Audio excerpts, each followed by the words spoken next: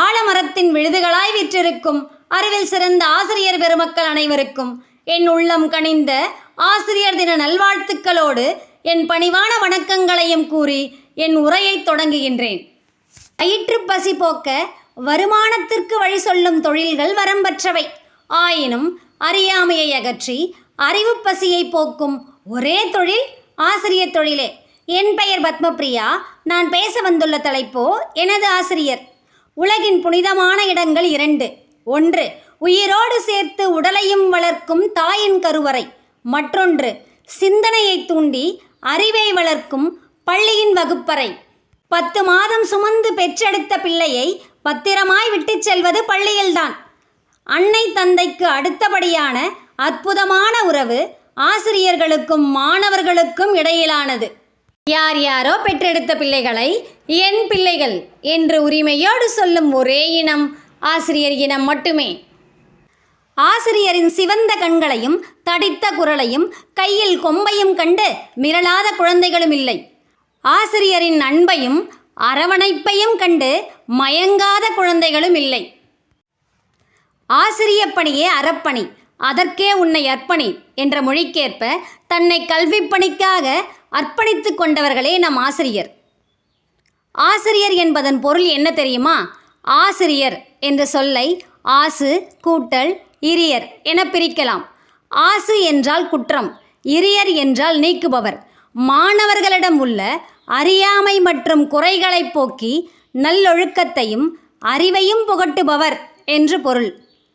அழியாத செல்வமாகிய கல்வி செல்வத்தை அடைய வழிகாட்டும் வழிகாட்டியே ஆசிரியர்கள். எதிர்கால சந்ததிகளை செதுக்கும் சிற்பிகளே ஆசிரியர்கள்.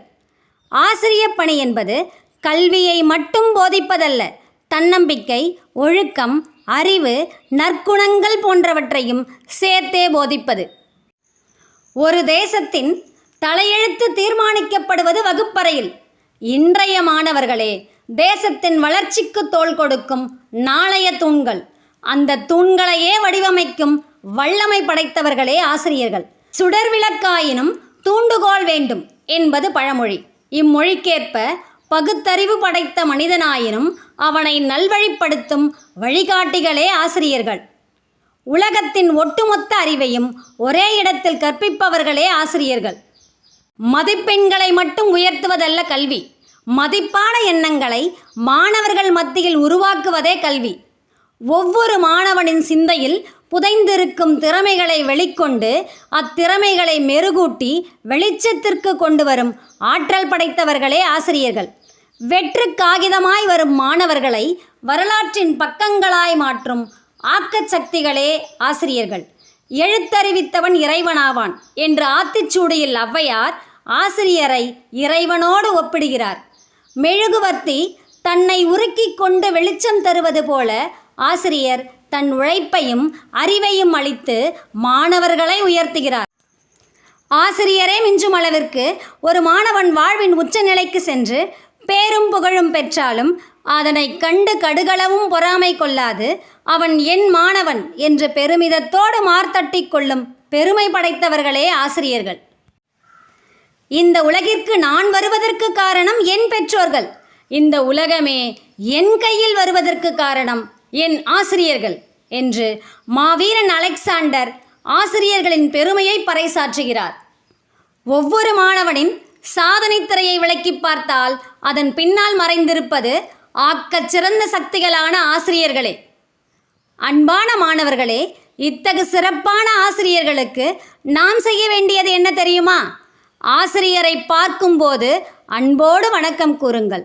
வகுப்பில் பாடம் நடத்தும் போது கவனமாக கேளுங்கள். வகுப்பு பணிகளை சரியாக செய்யுங்கள். ஆசிரியரின் பணிக்கு இடையூறு செய்யாதீர்கள். அவர்கள் தரும் அறிவுக்கும் வழிகாட்டுதலுக்கும் நன்றி கூறுங்கள். ஆசிரியர்களை மதிப்போம், அவர்கள் அன்பை பெறுவோம், வாழ்வில் உயர்வோம். நன்றி.